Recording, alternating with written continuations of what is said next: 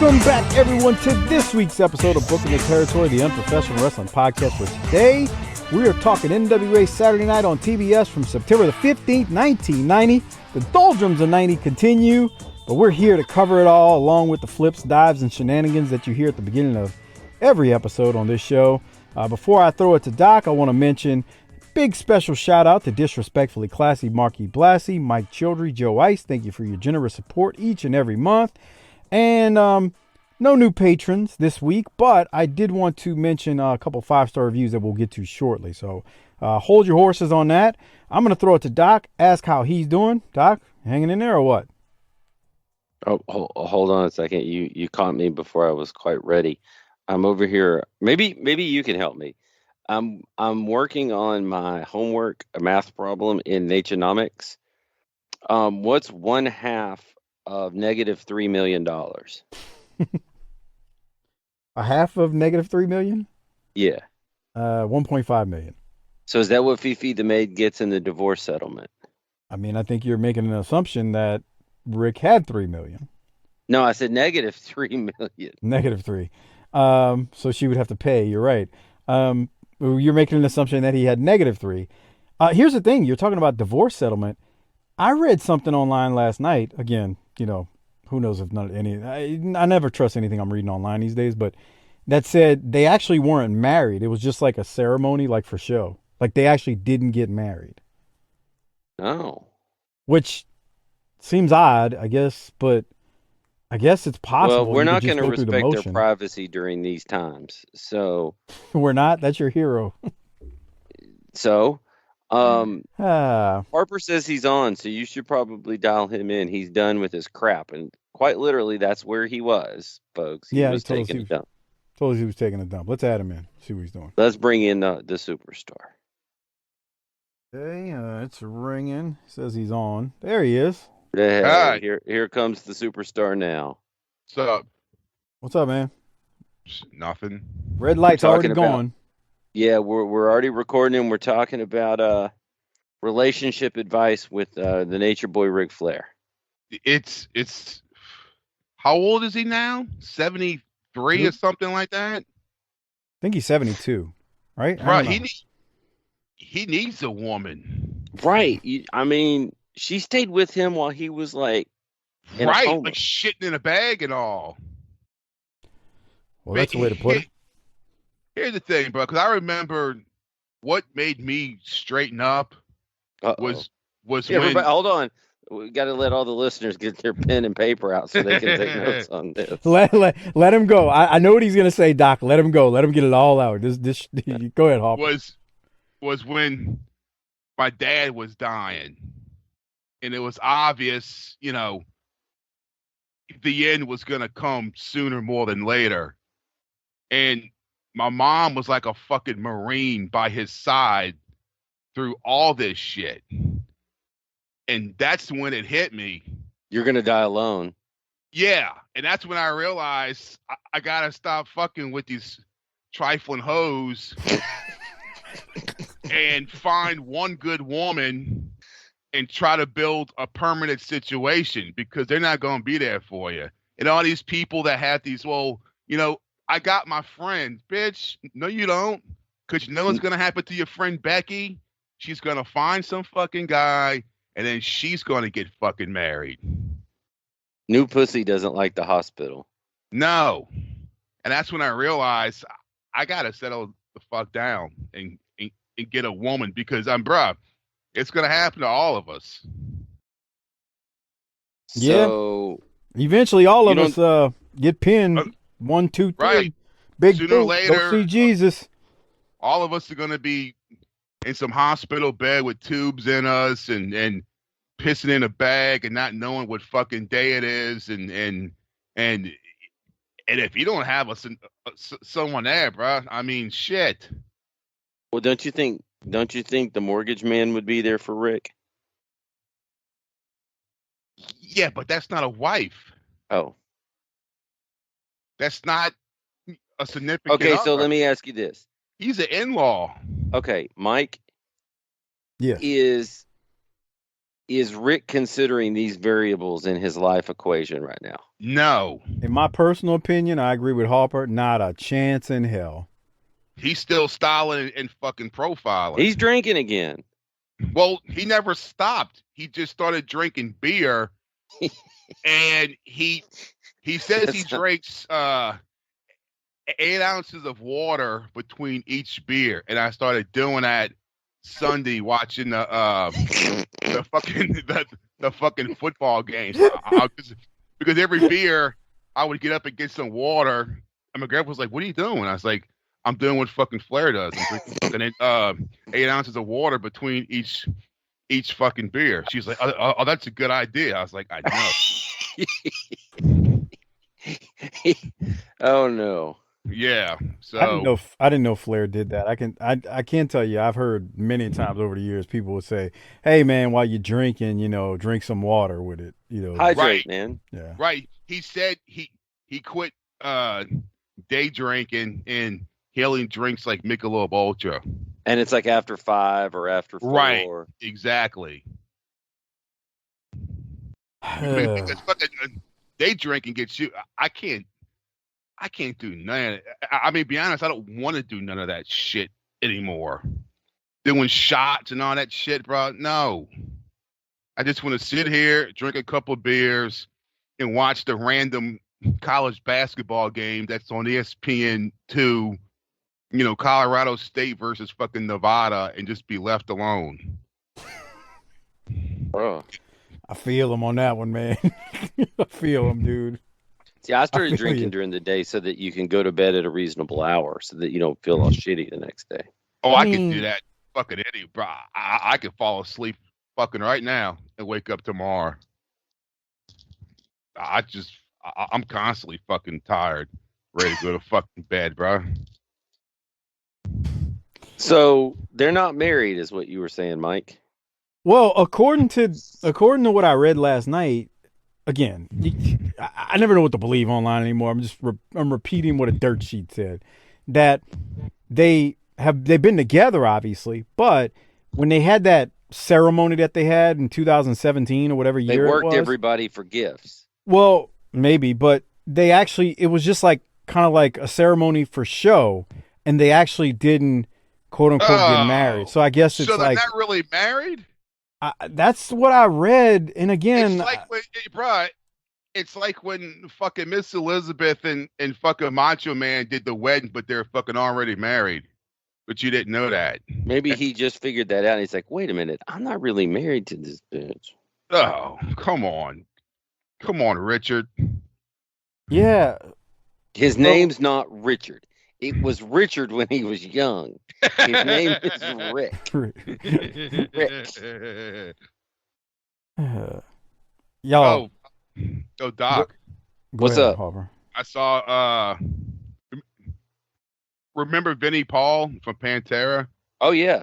His house in Arlington just got put on sale today.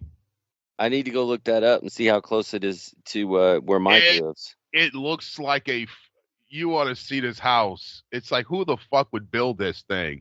Mike, I'll come when I figure out where it is. I'll come pick you up. We'll go take a look at it. How about that? Oh, can't wait! I don't even know who the fuck we're talking about. I think it was 3,700 square feet with, I think it was 5 bedrooms and 4 bathrooms, and it looks like a house Vinnie Paul would have had fucking built. All right, I want to move in tomorrow. Do you remember the band Pantera, Mike? I know the name, but I don't know who the characters are in it. Oh, well, there's two brothers, and they're both dead, and they were from this area that we live in. Right. And then there's a bass player that was from this area, and then the singer was from New Orleans, and is back there now. Sounds riveting. I mean, Pantera was the biggest metal band for a good 4 or 5 years. Well, yeah, like I said, I know who they are. I just, I mean, they had fucking #1 albums and shit, like back when that was a thing.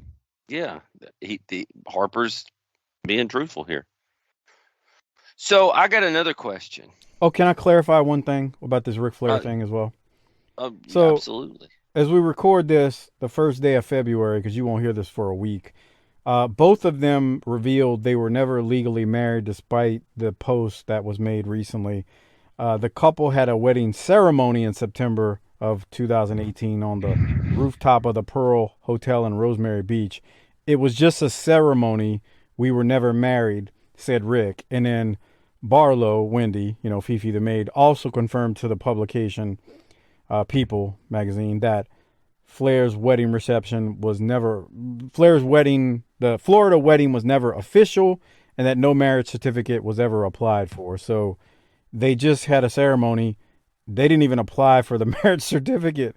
Like, I was thinking maybe they applied for it and never actually signed it, but no, they didn't even do that. They just went through the motions, and everybody assumed they were married. They were never really married, so technically they're not getting a divorce. They just split. They got themselves a whole shitload of envelopes from the guests and just said, fuck it. So they were just shooting blanks. Well, I don't know if Rick's ever really shooting blanks, but, it wasn't a real marriage. How many poots of jizz do you think he shot in his life? God. What would it fill up? A dump truck. Oh, why would you even go there? I don't. You could probably fill up a Chevy Avalanche. That is disgusting. That is gross. Come on, Doc. I mean, I guess if you really wanted to know that, you could Google what is the average fluid of what comes out. Axe Conrad.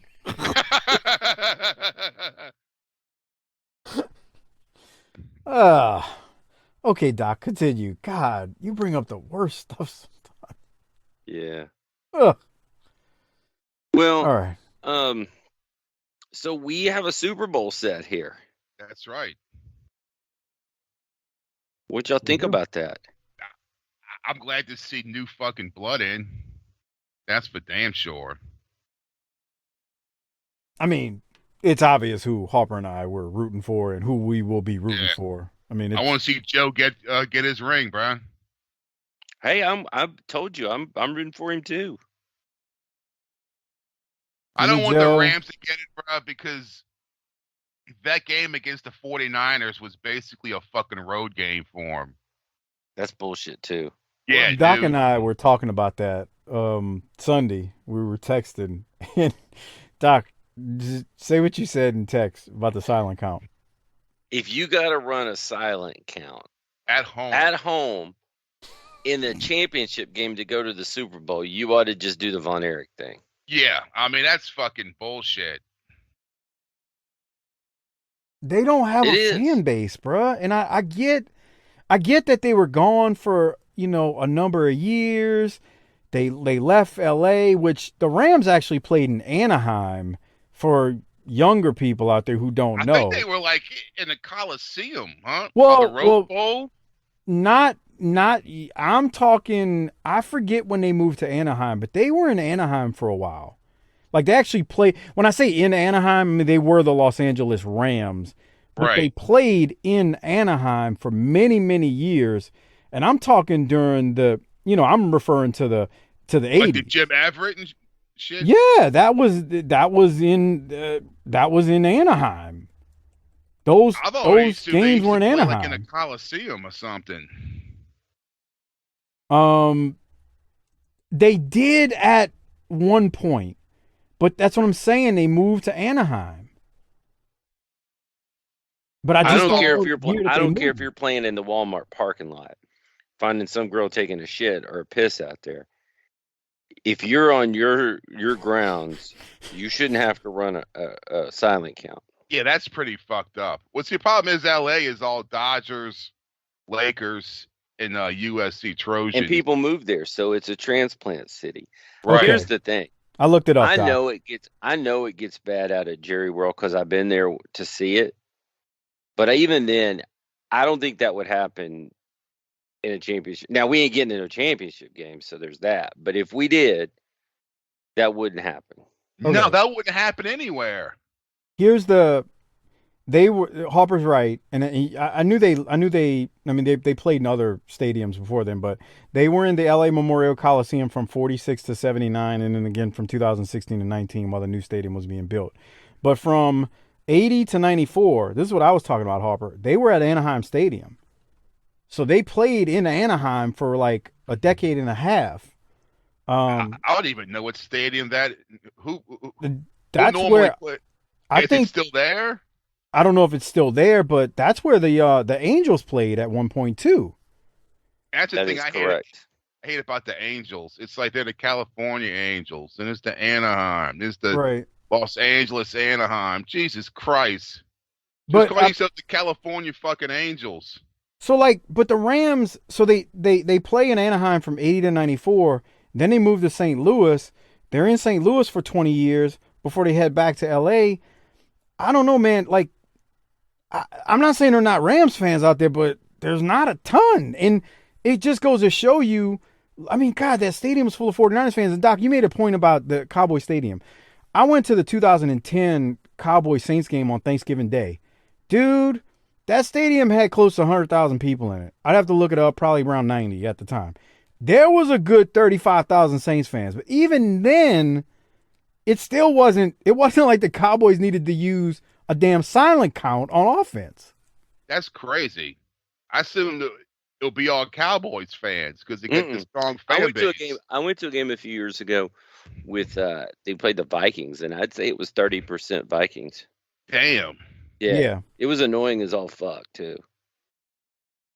Yeah, But it don't was play pretty. the Steelers. Oh, the Steelers will travel, man. They'll Oh, travel. yeah. I mean, there's certain fan bases that travel for their team. Green Bay, the Steelers. You know, you got those fans that travel for their team. But dude, I mean, come on, bro.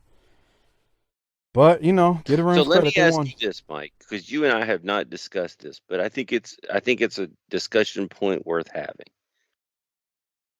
You just went to the NFC Championship and lost, and you're going to trade your quarterback.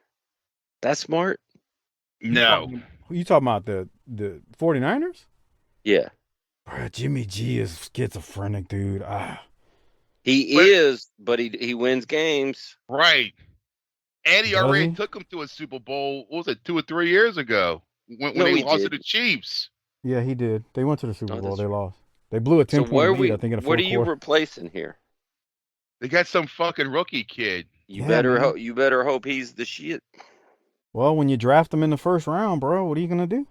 I mean, think about that. They drafted him in the first round, man. Dude, if I'm a 49er fan, and I know we got some of them out there on listen to us, Jason Ward, I mean, I hate your team. Armando. Yeah, I hate your Armando. team, and I hope they go 0-17 next year. But man, I don't know if I'm trading a guy that does that so that a guy I don't know about can start. Look, I know that's true. there's going to be openings for QBs, but I don't want him as my QB. No? Jimmy G? I'll take him over fucking Taysom Jameis Hill? Winston. Yeah. I don't know. yeah, I'll dude. take him over Taysom, but Taysom's not a quarterback. He's a jack of all trades, whatever. But I'd rather just roll with Jameis for one reason. He knows the Oh, offense wait. already. No, Yeah, you're but not this is a listening to me, whole new Harper. Coach. You're And giving he's me a damaged goods. You're giving me a choice between two bad choices. You're giving me a choice between Jameis and Jimmy G. I didn't see no. Jimmy. I know Jameis can turn the ball over, but he was looking promising in 7 games before he got hurt. That's all I'm saying. 7 games. This guy's been to the Super Bowl. And he's lost. And damn near went back. Yeah. He's the And he reason bangs they're not porn. there right now. And he bangs porn stars. Well, you know, Oh, I That's mean, true. For how fucking fuck that, dude. Fucking a porn star. it wasn't just that. He was whining and dining her. That's what the problem. Yeah. And he was whining in her and dining her and Frankensteining her. Hey, I think we ought to pull the plug on that discussion because we have some 5-star reviews to read. Okay, real quick for the 5-star review. Who you got in the Super Bowl? I'm not saying who you want to win. Who do you think wins? Those are two different things. I think the Rams win it because I think it's been booked. I think Uncle Raj has already booked the final because he's got to go save his entire league in the court system from charges of racism. Oh yeah, I saw that. Jesus Christ, I saw that too. Somebody All right. take away the old man's cell phone. Don't let him text. Yeah. I agree with Doc. I think the Rams win. Although, of Really? course, I'm pulling picking for Joe Burrow. I'm I pulling want for Joe Burrow Joe. to do it. I mean, I want Joe to win. I want Jamar Chase to win, but Bruh, they were down 21-3. That was rough. They did something I didn't think they could do. No.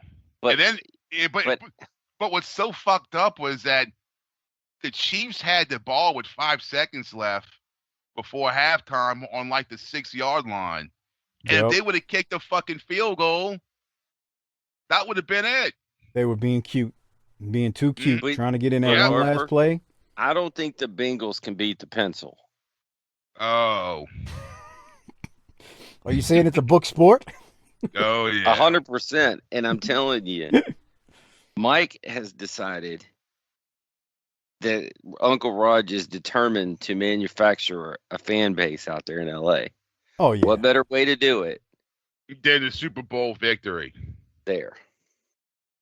I mean, think about. Look, man, I ain't trying to say it's a work, but the Detroit Lions. Now I know they got something in return, but the Rams got Matt Stafford and forked over Goff. I just like. I feel David Jordan's pain out there, and the Lions fans who listen to this show. Like, Can you imagine what that just I like to crazy- kind of see him win too, so he can get a ring from all the shit that he had to eat in fucking Detroit. I But do, can but I you don't want to see imagine him win it with the Rams. Jaworski?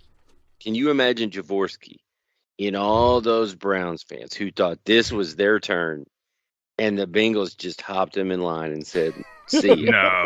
No, we got a real quarterback. all these little shithead kids running around 1,500 miles away wearing Fucking Browns dog jerseys. pound, fucking with the dog mask on. Now they got to go sell that shit for pennies on the dollar at the resale shop and try to get them some Joe Burrow jerseys. Can I read these 5-star reviews? Yes, please. Let's do that. Aaron C. Miller, we missed you last week because it came in. We have a lag in the system. We've talked about this before. We got this right after we logged off. We're like, shit, we just got a 5-star review. Well, we didn't forget about you. This came in a while back in January, but here we are. Which way is he looking is the title of this review. That'll make sense here in a minute. I first heard of BTT on the Mid-South podcast. I enjoy listening to Mike Mills on that show. Well, that's... What a loser. Yeah. And wanted to find out more about Doc Turner and Hardbody Hopper. At first, mishearing Mike, and come to find out that it's actually Harper. Yeah. That's that black accent that he Hey, has. can you read the damn review? That's nice. Ate by your mamas. Anyway, whether it's reviewing the shenanigans in the Smokies or the ups and downs of the NWA, there is never a dull moment with these three. It's the only podcast that made me laugh out loud in the middle of a set on bench press when the guys described Robert Gibson's eyes as one looking at the camera and the other looking at the Taco Bell down the road. Thank you for the great content on Apple and Patreon. Well, thank you, Aaron.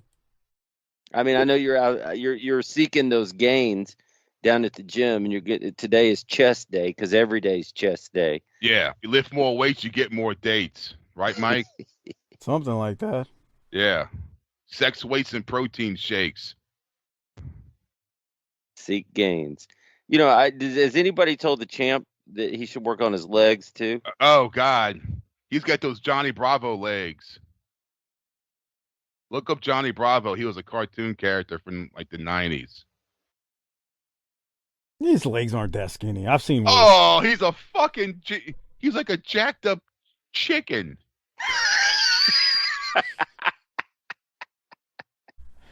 That's actually not as bad as I've heard before.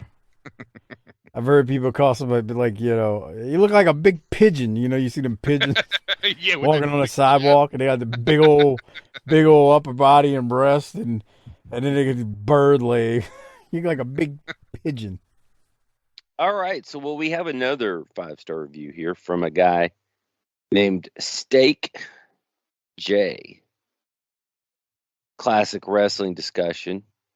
It's just the beginning. I know it's cut off on yours. That's what it says. Yeah.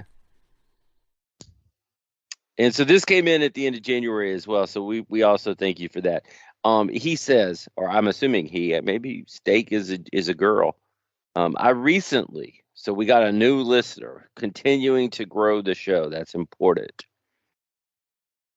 I recently came across BTT when I was going through as many old NWA Saturday Night TBS shows I could watch on Peacock. I heard something insane come out of Michael P.S. Hayes' mouth, or more accurately, was censored off the broadcast. I looked online to see if anyone else had ever discussed this, and lo and behold, BTT devoted time to this incident on 2 consecutive podcasts. Yeah, it's on brand, all right. Now, as I continue to make my way through the Peacock episodes, I follow every one by listening to the corresponding BTT episode. That's the way to do it, I would say. Eventually, I will get caught up, and the second I can afford to, I will become a Patreon subscriber. Just yell out a big woo and hit the subscribe button. That's right. He'll be an Uber driver. He's got to be talking about when Dog said, "Now you see how it feels when somebody try to buy you." And that's got to be, because what did Hayes say when Dog said that? So, oh God, I'm trying to remember because I remember him talking about we don't buy no Toyota. That's right. Well, no, he was turning down the Japanese money. I'll leave it plain. And that's when Dog, now you see how it feels when somebody try to buy you. Oh boy, yeah, that's on brand, Doc. Us talking about that. And I got to tell you, as we start to segue into discussing this week's episode, Harper, no matter what you do not watch next week's episode. I went ahead. I got a lot going on, so I went ahead and my time is kind of fucked up right now. So I went ahead and watched next week's episode last night. And I need you to see that with fresh eyes on the air as it happens. No, Harper, it's actually a good thing what he's talking about. You got to see it. It may be the craziest thing we will ever talk about on this show. Really? And we've talked about a shit ton of crazy things. Who's it involved? I will not say anything else. Yes, neither. How do you keep an idiot in suspense? We'll see you next week. It's not hyperbole. Harper, when you look, Doc was watching it. I had already seen it, obviously. And he said, like, one word to me, Jesus, Ron Wright, Jesus. And then he said who it was, and I go, yep. And I texted him back, I'm not saying nothing more until we cover it. Because I don't want to have that discussion now or over the weekend. It is all pretty I'm saying damn is crazy. if this is your first episode and you're still listening, make sure, and you're like, man, I don't know about these guys. You might want to try next week too. It's insane. And we've seen a lot of insane shit. I mean, we didn't see Dog. Now you see how I feel. I mean, we didn't see that. We've seen cameramen zoom in on Down syndrome people while talking about the R word at the announce desk. Genetic defect. I mean, we've seen genetic defects. We've seen Ric Flair get canceled when he was creeping on Precious, and he was Then he made out with a mannequin, and we've seen J.J. Dillon. Can I watch? Can I be there? Champ. We known each other for 20 years, right? Yeah. Champ, can I ask you something? Rick, anything, JJ. Can I watch? Come on. Sure. That was the answer.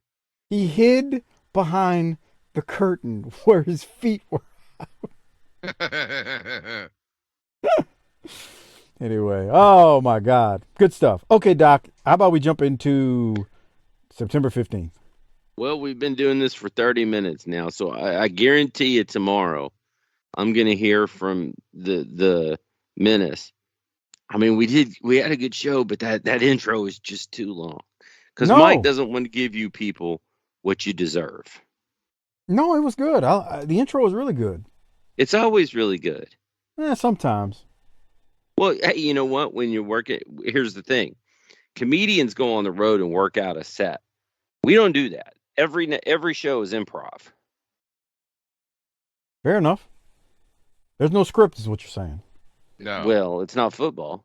Yeah. Well, there we go. All right. So, again, we're talking September 15th of 1990. I didn't mention this because we didn't have any new patrons this week, but hey, become a patron of ours, tinyurl.com/PatreonBTT. You can get access to the last clash we did, all the clashes we've done, all 12 so far, along with the pay-per-views we've done, and much more, including the World Clash shows available at tinyurl.com/PatreonBTT. Appreciate it if you sign up. Again, so we jump into this episode. Can you see my screen, Doc? And is it moving? Can you see Sid? Yeah, he's like, I'm going to stab you with these scissors if you don't shut up. Yeah, we're in Europe, bitch. You can't hide behind the U.S. government. I got some metric scissors, and I'm going to cut you. Yeah. That's nice. So, this was taped September the 3rd of 1990. We are at the Georgia Mountain Center. A reported 500 people in attendance at the Georgia Mountain Center. Can you stop right there? Sure. I don't like that shirt continuing to be put on young girls. Yeah, that's kind of that wouldn't happen now because that's obvious. She's a young girl. You want to drape that on some broad that's of age? I got no problem with it. But I'm afraid young Tiffany there has not reached the age of consent, even in Georgia. And look at where his hand is right there. And she's ecstatic. Well, how many girls under the age of consent do you know that make bad choices? Oh, come on. Yeah. At least he went to college.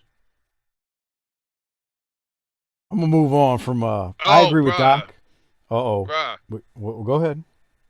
I was at work, and I had my fucking Raycon earbuds in, right? And I was listening to fucking NXS's greatest hits. Underrated, by the way. Yeah. And I farted in the store, and it was so loud I could hear it over the fucking the earbuds. Was it a new sensation? Oh, God. I had to walk away for a good couple of minutes. Because you knew the smell would permeate the air? Oh, yeah. When I heard it, I'm like, Jesus Christ. Yeah. I could... Yeah. NXS was good. I've been there and done that. People forget how big they were, too. Yeah. Like 1988, 1989. Yeah. That singer before he choked himself, before he jerked himself off and choked himself at the same time. Well, he killed him. So wait, what? Right. He could take your girl if he wanted to. Hold on. Yeah. The lead singer killed himself? Yeah. Oh, I had no idea. He was like, I think he was going through a bad divorce or fighting over child support or something, and he just, yeah. Damn. The one I can't get over, and it still hurts me to this day, is Chris Cornell. Yeah, bro. We need Soundgarden in our lives. That's what we need. Damn. Yeah. I didn't know that dude killed himself. Who? I mean, I knew Cornell did because it happened when the show was. That made me so going on. sad. It still makes me sad. Soundgarden is either my favorite band or tied with the Rolling Stones. So I mean, that's a big deal for me. That's why people think you and Fritz are the same person, because I think that was his favorite too. Well, he likes the Washington football team. That's a problem. Soon to be Commanders, I'm hearing. Oh, okay. That's the name. That's what's being reported, but who knows? You can't trust these NFL dirt sheets these days, man. I mean, you only get half the story, right? So I've always said, bro, call them the Washington Warriors and bring back that old school logo with the spear and just take the feather off the spear. That's all you got to do. And it's over with. There's a certain school in the area, Doc, and I live that it's not that fucking high. That literally did the same thing. Yeah. We ain't building a rocket. All right, so building a rocket. Let's go to the first match. We got the Steiner brothers. Doc was talking about them a second ago versus James Solomon and Jeff Stone. I don't know how to describe this Jeff Stone fella. He's on the screen right now. He's the one in red, Harper, and he's a funny-looking dude. Looks like a tow truck driver. There you go. That's a great way to describe him. So, Cornette, we get a picture-in-picture promo from Cornette. He wants to know why he and the Midnight haven't gotten a rematch for those U.S. tag titles, and he's got a point. He's got I had a note. He's got a real point. He's got a great point. And then, as Scott Steiner gives that Stone guy a boot to the mouth, we get Thunderbolt Patterson back on commentary with Jim Ross, and out of respect for old Thunderbolt and the legend that he is, I have nothing more to say about his commentary. Who's our listener that likes him? I keep hearing, is it Bozard? Is it?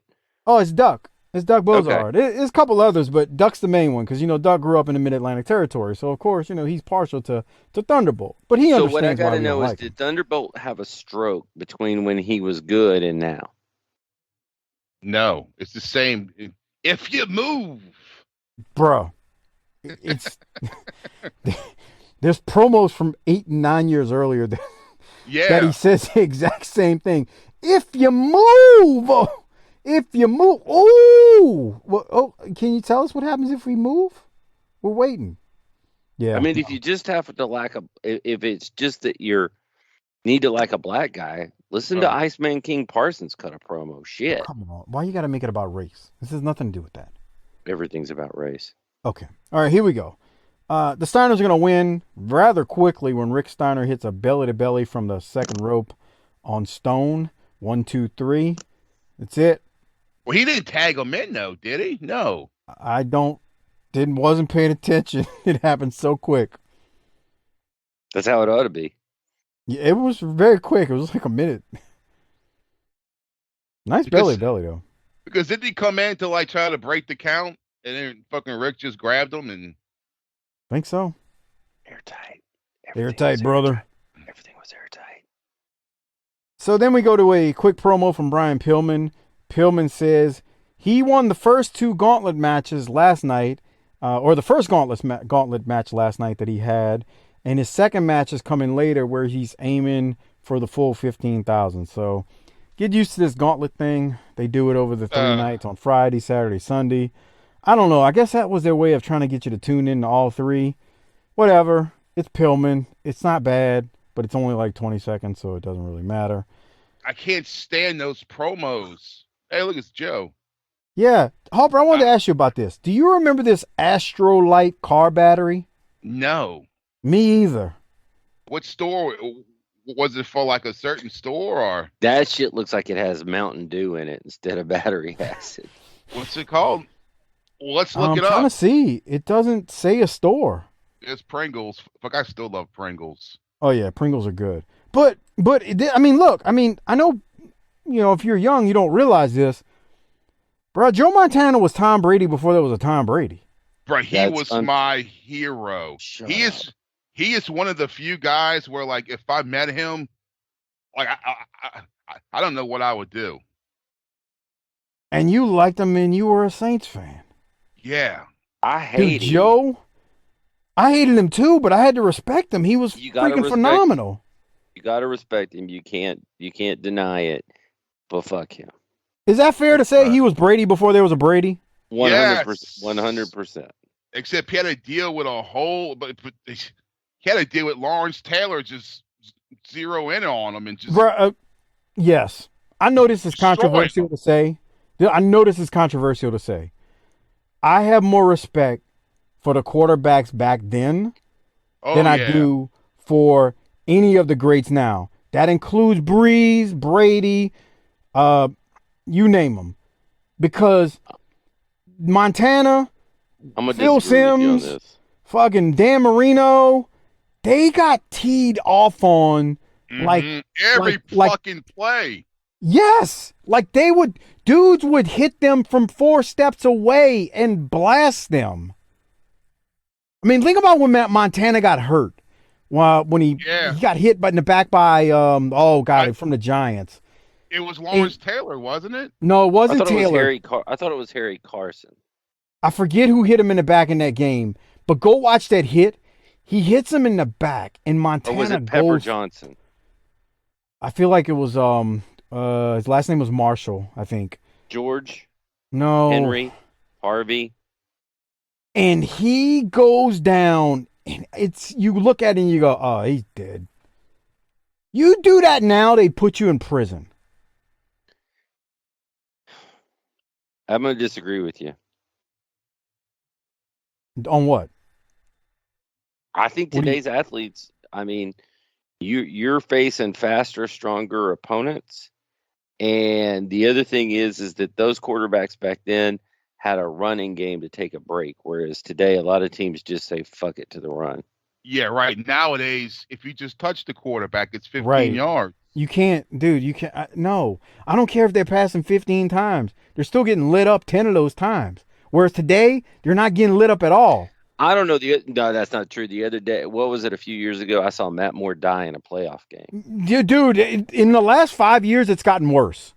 Yeah, it's gotten exponentially worse when it comes to QB. So you want to see that you want to see violence perpetrated against quarterbacks. I think there's a balance between what was happening back then and what happens now.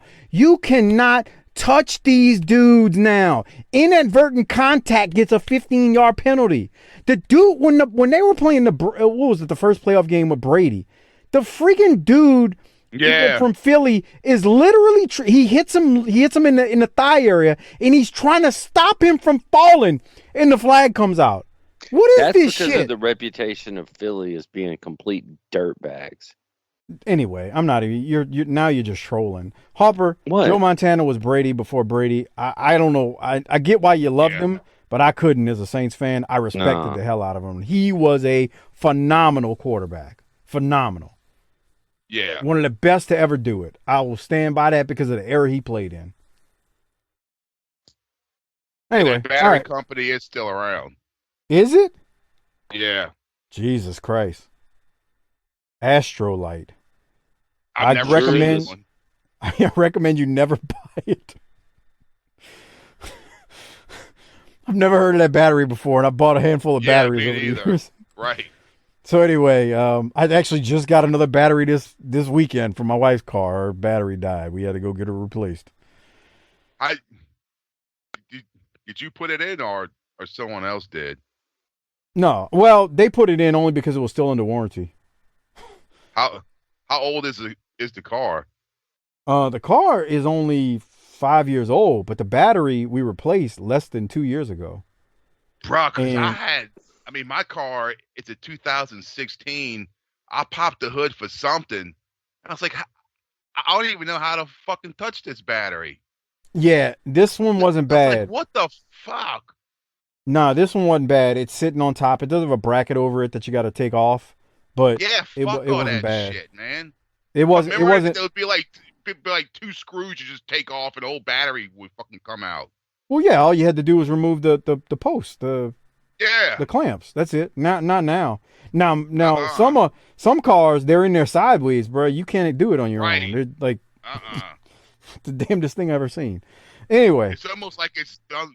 It's almost like it's done like that on purpose. Oh no, it's not. There's no almost. It is done on purpose. All right, we got to go to the wrestling wrap up with Bob Caudle now, and hear what he's got to say about a certain situation. Here it is. On sale now wherever you see the NWA in World Championship Wrestling. Recently, an altercation occurred as Gary Capetta was interviewing the former World Heavyweight Champion Ric Flair. Well, an altercation occurred between Doom, the World Tag Team Champions, and the former World Champion, Nature Boy Ric Flair. We want to go back and show you what happened during that interview, and then we're going to hear from each side. We'll hear from Doom as well as from the Horsemen. But right now, let's look at this. Ladies and gentlemen, we're standing here this week talking with Ric Flair. Rick, could you tell me, with Sting and also the Dudes with Attitudes, what are your plans for the future? Well, my agenda's full right now, Gary. As for Sting, Ric Flair has been a world champion on 6 different occasions. Sting knows, the wrestling world knows. Hey, this is our locker room. How about doing your interviews Your someplace locker room? else? Pal, this is my locker room when you were still a referee. You don't get in my face. You want to continue this? Let me tell you something, Flair. Now, look here. No, there is a problem, all right. And you seem to be the problem. I'll tell you one thing. We're not worried about the 4 horsemen. Anybody? It's 3 of us right here. Only one of you. Sting and Luger didn't worry about him either until they got to the hospital and they said what happened. You're breathing off my shoulder pretty hard here. You got a problem with the All right, dishes? guys, look, we got to get back to the program. There's no problem Did here. you laugh? Guys, What are you enough. rolling with these people? Hey, musclehead, I don't sweat you or you. Ladies, let's get out of here. Let's get back to the program. I've got a message for you, Ric Flair, and I've got a message for you, Arn Anderson, 2 of the 4 horsemen. Well, let me say something to everybody in professional wrestling right now. 4 horsemen means to me no horsemen. Now, nobody is going to take the World Tag Team titles from Soul Brother Butch Reed and Soul Brother Ron Simmons. And that especially means you, Ric Flair, because I know you're a desperate man in need of a championship belt because you feel naked. And you, Arn Anderson, you're a follower, not a leader. So 4 horsemen, 3 horsemen, whatever it takes, you're not going to win these belts. You stand alone. You're an island unto yourself. You're the World Tag Team Champions. Only because he never thought about it. Well, I've been it, I've lived it, and I've thought about it, and I put the word in his head. We can be anything we want to be. We're the horse. Tag team wrestling has never been my forte in this sport. But being the best has always been my forte. You step on my toes, I go to the enforcer. He says, Doom, take your best shot. Woo! Fans, there it is, and that's what happened in the interview which occurred between Ric Flair and Doom. We'll keep you abreast of that. A very explosive and a very volatile situation. Hey, a match has definitely been signed for the World Heavyweight Tag Team Championship between those. We'll keep you abreast of that. Right now, let's go back to the ring. Okay, I mistakenly said Black Scorpion, but this is a segment with the 2 of the Horsemen and Doom. I like this. We ain't seen this before. This seems like it could be interesting. It's serious. It's not hokey. It's not childish.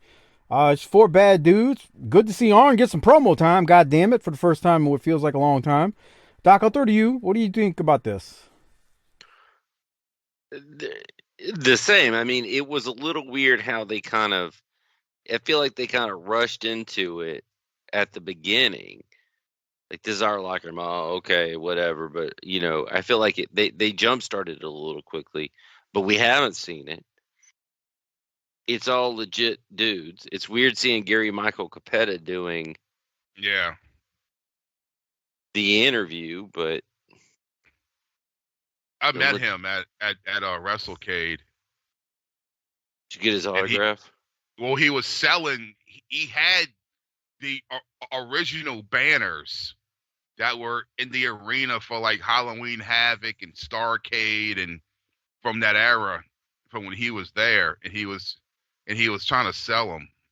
I forgot how much he was asking. I'm like, no, sorry. Like, he took the banners down from the building and just kept them. And put one across the front of my house. Yeah. Had my neighbor ask me why I'm repping 92 Halloween Havoc. You could put it like in your window, like a blind. I was going to put it across the whole front of my house. I figure it's got to be that big. At what point in this feud, Mike, do Arn and Rick say something that's borderline racist? I ain't seen it in a while, so we'll have to stay tuned. But this goes on. Is it a win and not if?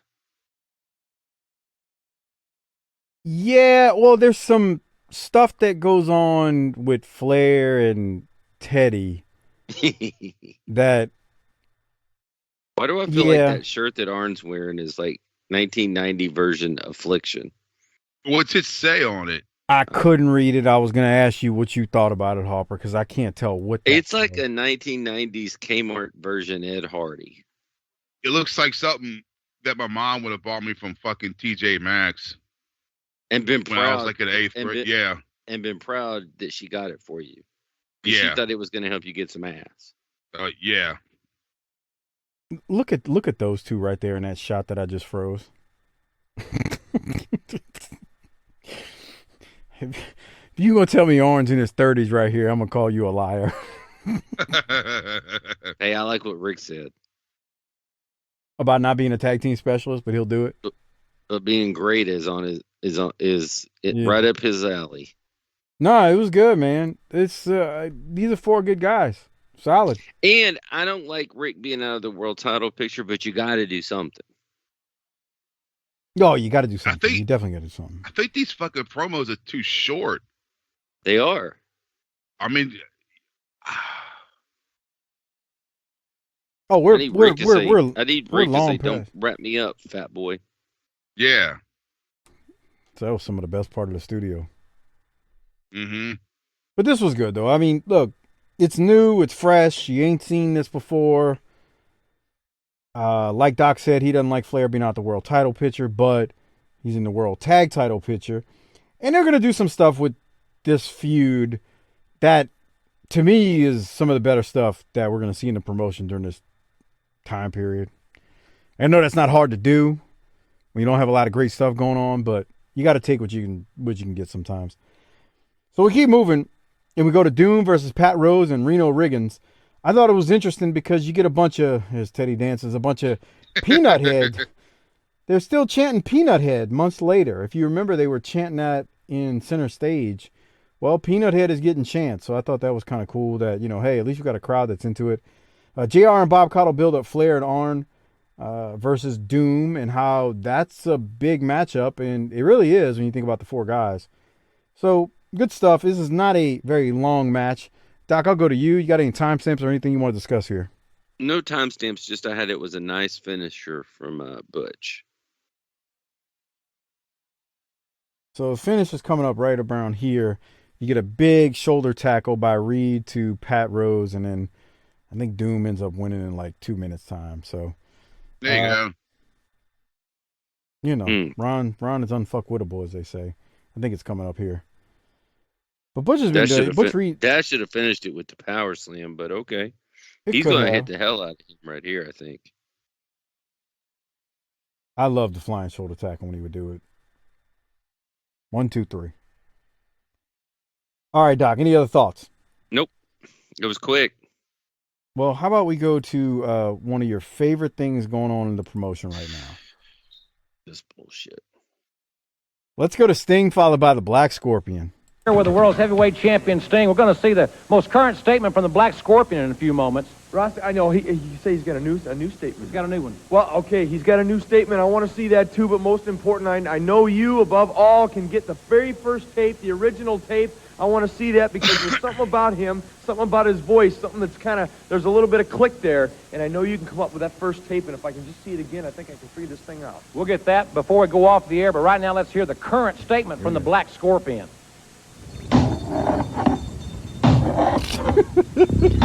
Sting, I'm making a little present for you. Everybody else wants to take something from you, but I want to give. In a while, I may even show you what it is. But first, I want to give you another clue. Los Angeles, 86. On the beach. Think about it. I hope, as I intend, that you're slowly losing your mind. One thing you must remember, while everybody, including the horsemen, are chasing you, there's a big difference. Sid wants your belt. I want your life.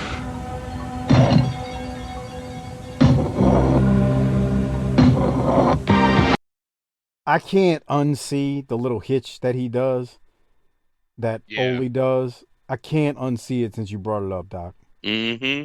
It's glaring now. Glaring. Is this so bad that it undoes Ole's legacy? No. I don't know. No. Ole blames Hurd for this. If you ever hear him, he never takes accountability for anything. Ole blames Hurd for this. Sure. I mean, I know he's the one doing it, but he blames Hurd. Okay. Yeah. It's cringe. It's never gonna get better. It's definitely cringe.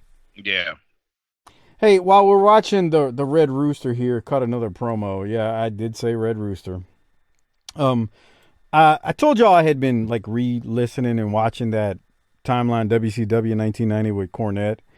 Man, Cornette said something on that as Terry Taylor's taking on Death Row here. He said, talking about Mike Rotunda, he says he didn't know where Captain Mike got the gimmick from, but I've heard that it was his idea. And he was off the booking committee at the time. But Cornette also was talking about Abdullah as a babyface. And if you remember the whole Captain Mike's crew and blah, blah, blah. I was shocked. Cornette says since it was a short run and since it was Abdullah giving Kevin Sullivan a taste of his own medicine, because if you remember, it was Kevin and Cactus and they called themselves Sullivan Slaughterhouse, I remember. Cornette actually defended Abdullah with Norman going up against Cactus and Sullivan since it was short. That's shocking. Where is Norman? He's still around. I don't think Trucker Norm's going yet. He's not out of here. Good. Okay. All right. Anyway, I had to bring that up because I found that to be completely absurd that he would say, "Oh, nothing was wrong with that," when it was really dumb. Yeah. There was nothing wrong with that. Sure. Okay. It was stupid. Terry Taylor battles Death Row. We did get a picture promo from Taylor once again about his return to the NWA. And here we go with Death Row again and yada, yada, yada. And I think Taylor was getting a little frustrated with Death Row because at one point, damn near the finish, he hit Death Row with a big lariat that looked pretty damn stiff. Just my take on it. Doc, did you have anything from this? We get the flying burrito from Terry Taylor. I guess that's with an extra side of mayonnaise. Did you see that lariat right there? Yeah. Do you think he was pissed, Harper? Because that's not hitting somebody with a lariat where, they're going to sell it. Yeah, well, the problem is he can't bump. Mm-hmm. Yeah, you can tell Taylor's like... You're right, you see how he bumps? Every bump it's not flat. It's just him falling. Then he's kicking out of the burrito. It's just him getting knocked down. Yeah, Taylor was frustrated with this guy. And needless to say, we understand. I'm surprised we saw him again after the fucking Steiners. Oh. Well, the Rotunda match that you and I reviewed on Patreon, Doc, was, I think, in September of this year. We need to show that to Harper so Harper can see Death Row get his ass beat. He was on a pay-per-view? No, it was was it a NWA main event or pro? One of those two. I don't know, but Rotunda got mad at him. Yeah. Real mad at why. him. No, I mean, Harper, he basically, Rotunda got pissed at him and he went amateur wrestler. Basically, he just took him to the ground and pretty much stretched him. And Death Row, as big as he is, you and I both know, you piss off an amateur wrestler, they might not have a knockout punch, but they get your ass on the ground, you're done unless you're skilled in MMA. Yeah. And the Rotunda took his ass to the ground and he just grounded him and it wasn't pretty. And you could tell he was pissed. Anyway, Where he all right. came from. Death Row? Jail. Yeah. Because he's black. You said he's from jail, huh? Yeah. His name is Death Row. Where is Death Row? He's from Angola. Yeah. Nice. All right, so we go from that. They Death show a Row was not replay. the label that pays me at that point. It wasn't. We go to a clip now from. They show a replay of Stan Hansen attacking Lex Luger at the last Clash. If you want to hear our complete review of that, go to tinyurl.com/PatreonBTT, where Doc and I covered over 200 hours of great audio, calling it down the middle from all the matches from the Clash. 2 hours? Did I say 200? 2 hours. You said 200 hours. That's nice. Yeah, I never make a mistake like you, right, Doc? Whatever. And then we go to some promos from Stan Hansen, and that's followed by Lex Luger. It's pretty meat and potatoes, except for the fact that Stan Hansen, and I'm going to pause it there, because look at the tobacco juice flowing down his mouth as he calls Luger a crybaby, and he tells Luger to suck his thumb. It's pretty good. Doc, any thoughts on these promos with Stan Hansen? Gross, man. It's sick. I'm not down with this. It's like Harper after he ate some ass, man. He's got the juice just flowing down his chin. Look, I realize. Oh, the tobacco just fucking fell out like a wet turd. Look at it. I smoked for many years, and I Here comes the understand that that's tobacco. gross. Here it comes. Oh, wow. He wants to take a whole fucking thing of Red Man and just puts it all in his mouth. Yeah. Good thing he was getting paid, because that had to be an expensive habit to keep up on TV. Fuck, I don't know. Not bad. Fuck, you probably get a bag for like $1. Yeah, $1.99. It was that cheap? Red Man. Right, the cheap shit. Yeah. All right. Fair enough. So Stan Hansen is followed by Luger, and like I said, Hansen calls Luger a crybaby and tells him to go suck his thumb. Luger's yelling and angry and says, "If you want a title shot, you got it, pal." And that's how that promo ends. Doc, you got anything from this as we keep going? I thought Luger was decent there. I mean, it was post Clash, and he was worked up, and that's not always his strongest suit, but he did good there. He was. We then go to Brian Pillman versus Buddy Landel. Look at Buddy. Skid Row.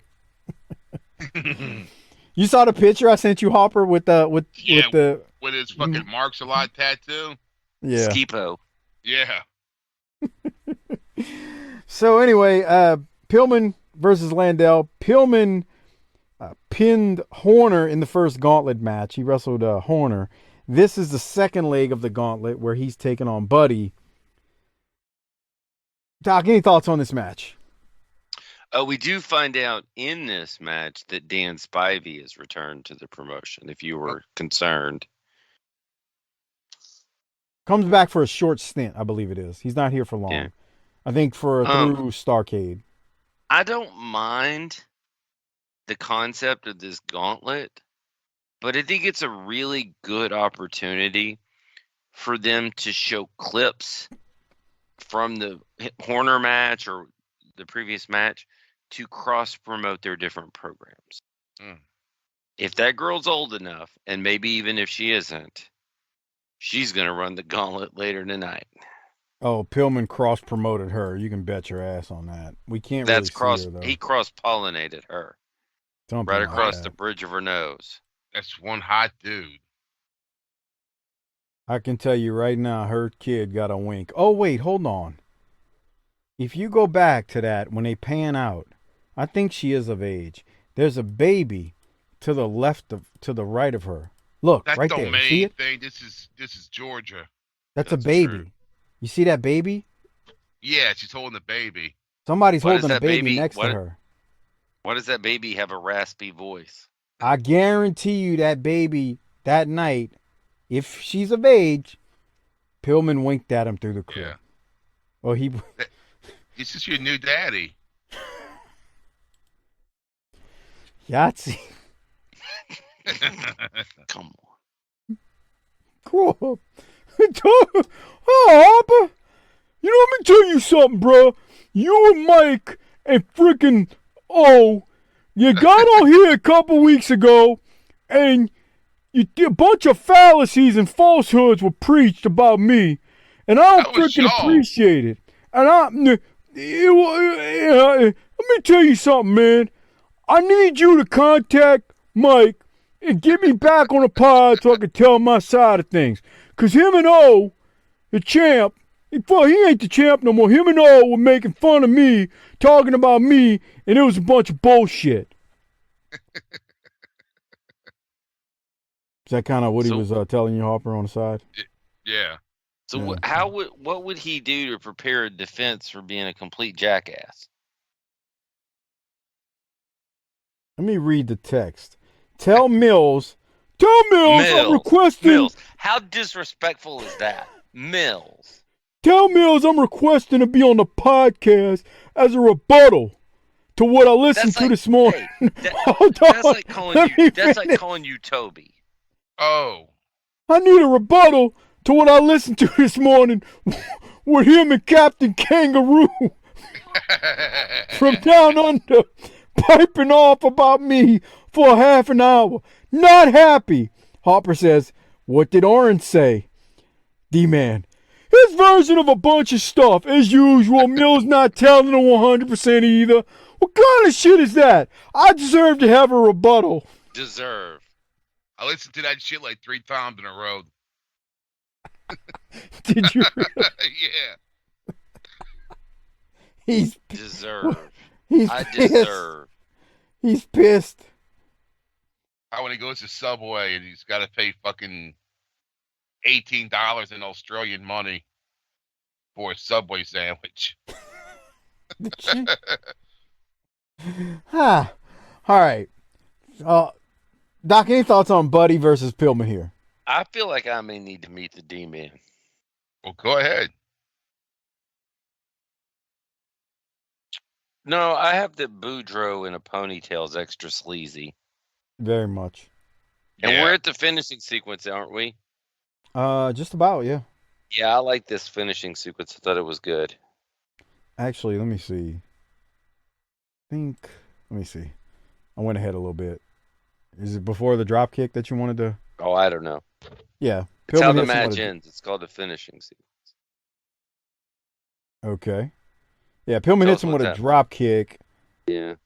And then Pillman's going to end up hitting Buddy with a crossbody off the top. But Boudreaux rolls through, but then Pillman rolls through again and pins Buddy. So with Pillman winning, tomorrow night, Pillman will wrestle Spivey for the $15,000 in the final of the gauntlet match. And there was that. Well, good for you.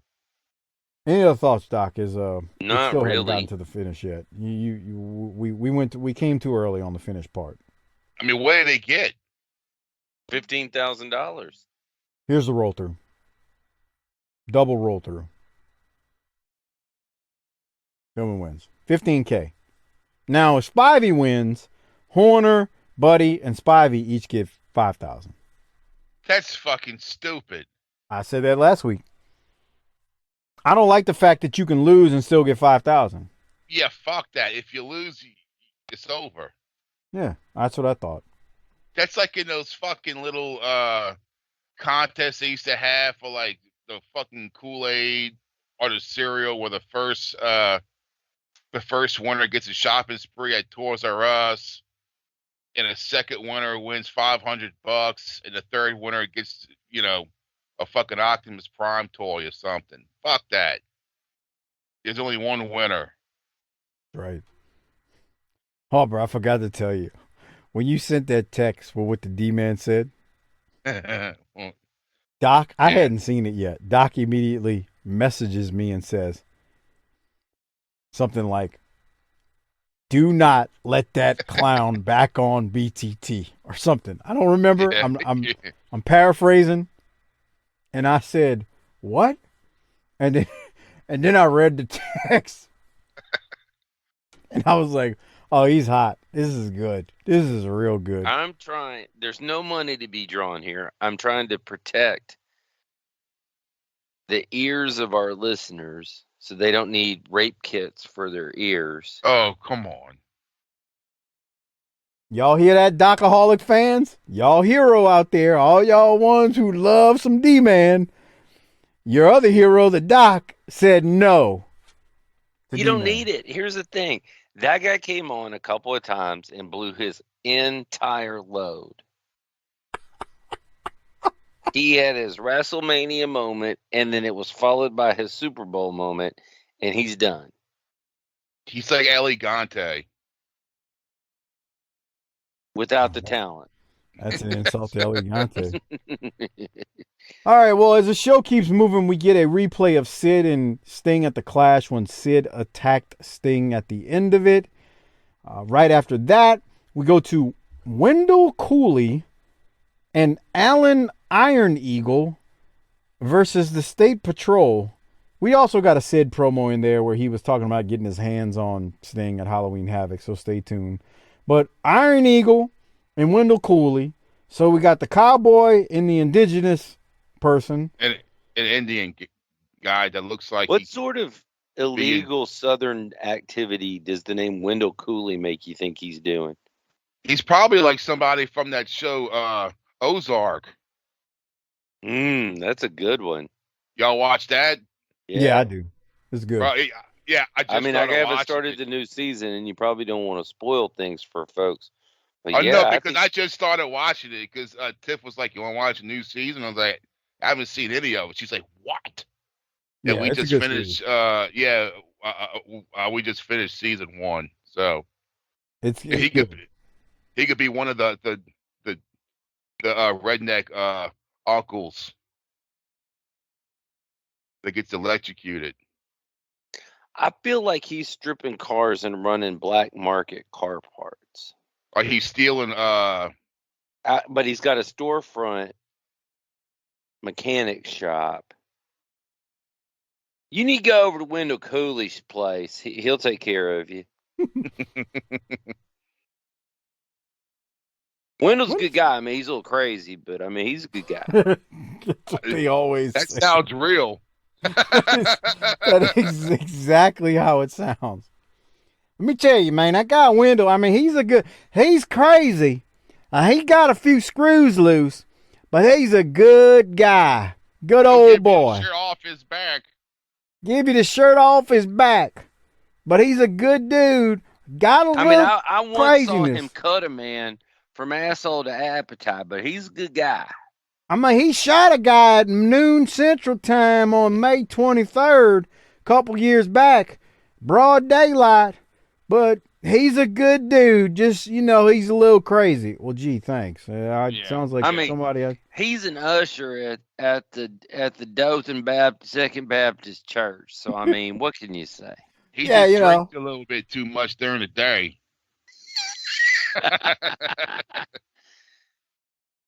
But anyway, we got the cowboy and we got the indigenous So we know person. who Iron Eagle is, correct? Everybody knows who that is?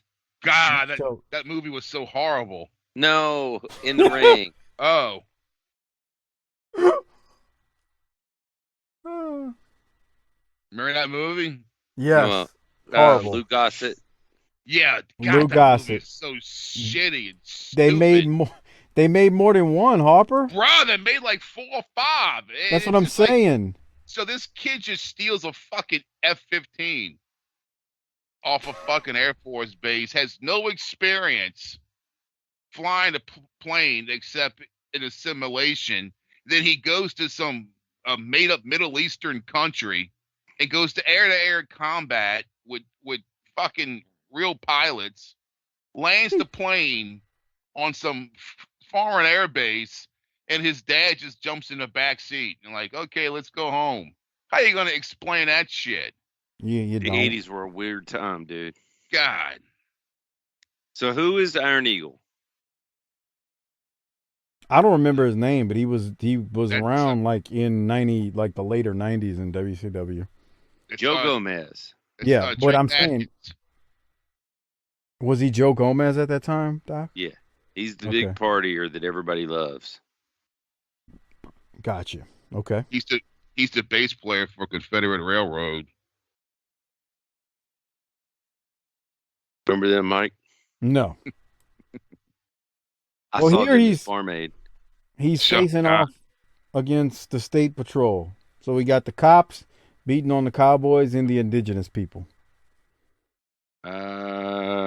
So we're going to be factually accurate. Yeah. And the white trash guy. The State Patrol should win with their finisher, the blanket. I'm not even going there with you, man. Oh, so we're gonna see them win here. Hey, I saw a tweet this week. We got a new listener out there. His name was Jose something. Okay. He said he liked us because we don't talk. All the other wrestling podcasts talk about Rona and politics. Yeah, I mean, people get tired of hearing all that shit, man. For real, dude. I mean, it's like it invades everyday life nonstop. There's so many other outlets for that. Bump stock. Look, bro, I mean, I'll be the first one to tell you, man. I'm not sitting there and telling you, like, my whole philosophy on when I say politics free zone, I'm not saying ignore it. I'm saying that we're going to take you away from it for an hour and a half, 2 hours a week. Like, you ain't got to worry about that here. So you're saying we can't eat ass and be political? No. I mean, you can be political all you want. Just do it elsewhere. Oh. Like, I think people don't understand that. It's like, look, man, nobody's saying not. That was not a good super kick, by the way. No, not at all. But no, Harper, the State Patrol does not win. They do the job. Sting is cutting a promo here, and Sting says, "I'll throw the title up." Tim Horner prior. No, I rewound it. Oh. Yeah, this is first. Sting cuts like a 15-second promo. He tells Sid he'll throw up the title at Halloween Havoc, and let's do it. Yada yada yada. And I hate these 30-second promos. Oh, it was 15, Harper. Let me correct you. Dude, what the fuck? Yes. And then Tim Horner is going to take on Snake Watson. Sting joins JR on commentary, and he asks JR again to see the original Black Scorpion video so that Sting can try to figure out who the Scorpion is. Sting continues to be baffled. Hold on.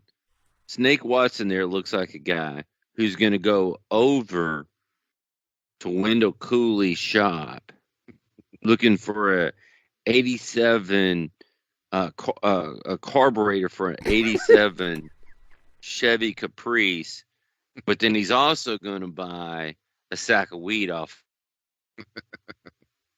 Bro, I had it in my mind when you said looking for an 86 carburetor. That was the exact thing I was thinking about. My note from this, Doc? What? Braun got one. Horner is going to win this match with that god-awful Smoky Mountain slow bridge where the ref is on the 2 count before Tim hits the bridge. Watch it. Tim takes so long to go back. Look, 1, 2. He's already counting. 3. He hit 3 before. He was on 2 before he bridged. What's that called? The fucking Brothers fax machine? Wow. There it goes. See? Scan it. He was on 2 before Horner even went back because he was taking so long. 1, 2. Here comes the 3rd. Terrible. Well, his opponent's shoulders are down, so he's got to count. I guess, but it looks stupid. White lightning. After, oh God, here's the replay. Doc, remember the first episode of Smoky Mountain? You were like, Tim Horner pins him with the slow bridge. An extended bridge. Yeah. We get a replay of the very first Black Scorpion promo here because Sting requested it. So, of course, we got to replay it again. And then, after that, we get Sting again because we haven't had enough Sting in this episode, cutting a promo saying, I really tried, but I can't figure out who the Black Scorpion is. I just don't know, Rossi. By the way, have we talked about that, Doc, when he calls Jim Ross Rossi? No, but that's the least of our problems. He cannot sell. He has no depth of character to sell the fact that this is bothering him. Now, to be fair, so stupid. It's so stupid, but he's not experienced enough to deal with it. I had to say that Rossi thing because Ryan in Auburn, longtime Hall of Fame patron, mentioned it to me on Twitter. And I started thinking about it. I'm like, yeah, he sure does call J.R. Rossi a lot, and it's just odd. Anyway, Sting's not a good actor. I don't know how else to say it. Not that I want wrestlers to be actors. I just want to believe it. And at this point in his career, I didn't believe it. That's that. We get a bunch of dumb commercials before we then get Missy Hyatt performing for Harper as she plugs the main event. Give me a second. I'm gonna get us to Missy. Nightbreed, remember that movie? It was dumb. Yes, I remember it. Yeah. Yeah, Harper Creed. Some more Alka-Seltzer. NFL preview. Where the hell's it at? Man, this takes forever to get to. There she is, Harper. She's put on weight. Yeah, she has, but I try to look past it. No, you ain't trying. No. The weight she's put on is in all the right places. Stop it. We like the thick girl, so don't worry about it. Got that right. Why go to the next match. When did Dan Spivey become Steven Tyler? When did he become Macho Man with all the freaking frizz and tassels on his pants and wrists? Dude looks like a lady. Looks like he's in Dawkins. Yeah. What's he wearing? Why's he got all that shit on him? It's Aerosmith, dude. Is that what's causing him to look like that?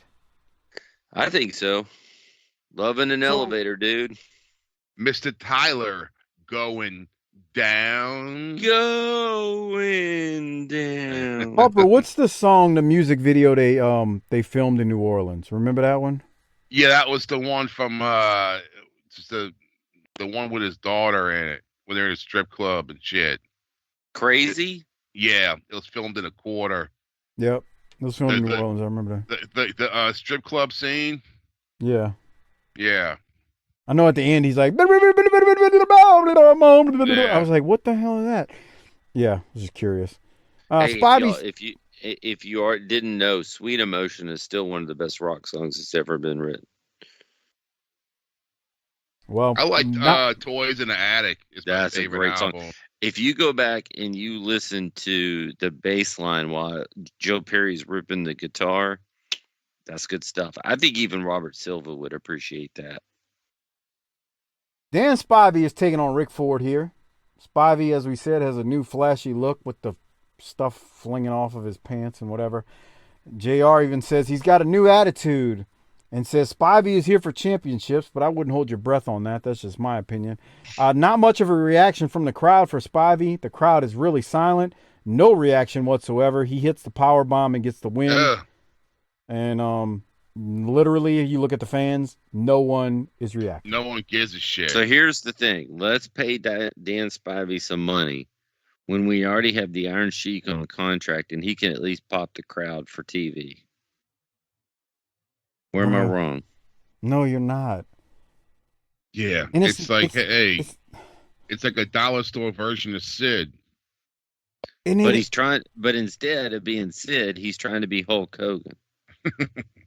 Well, I want to play this promo of Spivey here. And right there, he kind of looks like 90s Steve Austin.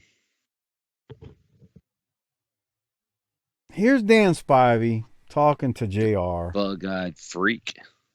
This is the closing promo of the episode. On the NWA main event here on TBS, it'll be Fly-In Brian and Dangerous Dan Spivey, the final leg for Pillman in the running of the gauntlet. $15,000. This man stands between that and Fly-In Brian on that big check. $15,000. Fly-In Brian, you got no chance at all. I've collected $15,000. Not going through me, brother. You'd rather go down the road and slap your mama than get in the ring with Dangerous Dan Spivey. 6'8", 303 pounds of twisted steel and just plain duck on me. I love beating up people, especially people who went to Cincinnati, played for the Bengals. Big deal. I played at the University of Georgia, the New York Jets. I've been around the world. I beat up people where I go, when I want to, and any way I want to. For Flying Brian. Those comments from Dangerous Dan Spivey. Now, don't forget, ladies and gentlemen, this Sunday night on TBS, it's the final leg for Fly-In Brian. Dan Spivey stands between Fly-In Brian and collecting $15,000. Plus, the Midnight Express will be on the program. A very special Danger Zone with Paul E. Dangerously. Plus, we'll talk about Stan Hansen's quest to be the next United States heavyweight champion against Lex Luger. Plus, we'll take another look at the situation involving Sting and Sid Vicious and Sting and the Black Scorpion. A lot of people are coming after the world's heavyweight champion. We'll report on that this Sunday night at 6:05. So until then, for all of our great fans here in Gainesville, Georgia, we'll see you this Sunday night at 6:05 on the... So if you're wondering, Pillman ended up losing to Spivey on the main event on the very next day. Spivey pinned Pillman, and with Spivey winning, Horner, Budrow, and Spivey each took home $5,000 because Spivey won. You know what pisses me off about this is, why the hell does Spivey get to come in and pin Pillman? I don't give a shit if it was some gauntlet match. Go ahead, Doc. My question is, did Boudreaux pull Horner's check out of his shorts to give it to him? I thought you were going to say, did he stuff the check in Horner's mouth and made him gag on it like he did in Smokey? Yeah, well, that's what I was saying, is after he pulled it out of his tights. Possibly. Real quick, become a patron, tinyurl.com/PatreonBTT. You get extra content, the pay-per-views, the clashes, the World Class shows, the ECW shows, the NWA Power shows, all the JV Goon Squad, that is correct. Plus, you know, there's sometimes some extra stuff there on there. We'll drop some stuff early that we do on the main feed that is on the free feed, but sometimes it goes up early. Plus, you get all the video versions of these. Again, at tinyurl.com/PatreonBTT. And then make sure when you are shopping on Amazon, you use the Amazon Associates link for BTT. It's tinyurl.com/BTT Amazon. A great way to support this show without spending anything extra. If you're already shopping there, the show gets some support in return from Amazon. Use that link, tinyurl.com/BTT Amazon. Give that link to the wives, girlfriends, side pieces, whatever you have in your life. Tell them to use it every time they shop on Amazon. Put the link in the browser for these broads. You know how they are. And while I'm thinking about it as well, before we rate it and Rolex it, make sure you contact Harper for your very own video shout out or life advice, relationship advice, or you want Harper to cut a promo on someone. First thing you got to do is email him to chrisharper16wildcat@gmail.com. That's chrisharper16wildcat@gmail.com. And then PayPal him $20 to cc30388cc@yahoo.com. All right, Doc, rate it, Rolex it. What are you going to rate this thing first? 47 minutes. Of shit. A+. It wasn't shit. They kept the matches fast. It's only 47 minutes. That's why. I'm going to give it a B. Wow. Yeah, I give it a B too. I give it Harper? a C. See? Yeah, this is just these little bullshit 30-minute promos with the fucking green screen is killing me. All right. I could see having like one or two like that, but bruh, it's so much better when they're in front of a live crowd. Mm-hmm. And they go for like a minute or two. Jim Herd. And there's someone, Jim Ross or fucking Bob Cottle sitting there holding the microphone. Fuck that shit. Jim Herd. All right, Doc, who you give me your Rolex to? There's only one candidate or a group of people, if you ask me. Yeah, I'm giving it to Rick and Arn. Yeah, same. Harper? I'll give mine to Joe Montana for that car battery commercial. Hey, man, that works for me, too. That was great. Wait till man. we give out Rolexes next week. That's all I'm going to say. Oh, God. Like, for real, next week's going to be something else. I'm already ready. Let's do it now. No, that's okay. All right, hey, before we get out of here, I want to give a special shout out to Our Vantage Point, the Retro Wrestling Podcast with Joe Murata and Michael Quinn. The northern version of BTT, slightly classier, a little bit more professional, but still fun nonetheless. They support us. Please support them and check them out. OVP or Our Vantage Point, the Retro Wrestling Podcast, wherever you get your podcast from. And then check out the Bottom Line Cast with Mike Prue and JV. They do the ECW show on our Patreon feed, and they also do a free show on the career of Stone Cold Steve Austin, so make sure you check them out as well. Again, that's the Bottom Line Cast, wherever you get your podcast from. Doc, I'm going to throw to you, man. Anything else before we hit the go-home cue and ride off into the sunset? We've done it again. Which is? Not only have we booked the territory, but we set that shit on fire, too. Yeah. We did. Bitch. Seriously, this ain't hyperbole for next week. What happens next week is worse than, now you see how I feel when somebody try to buy you. And here's the thing. It's also worse. Without hyperbole. It ain't close that it's worse. Oh. Pretty damn bad. Hey. You try putting on your working boots and stepping in here and making 1990 seem great. This could be the best work of our career, this run we're on. Ain't no could be. This is. Look at that face he's making right there. I mean, is he having some bells right there? Oh, come on. Wow. Seriously? I gotta stop sharing before you keep going. He drank so much gin with Jim Hurd, he permanently made his face go crazy. You know, on that timeline, WCW, Cornette said, you know, JR liked Hurd because, you know, he was good to talk to and he was in the office with him and he would drink with him. Right. Yeah. Gin. He drank himself crooked. That's what he did. Sure did. All right. Doc, anything else before we get out of here? No, I think I'm straight. Appreciate it. Harper, hit the tagline. Let's roll, bud. Fuck it, bitch.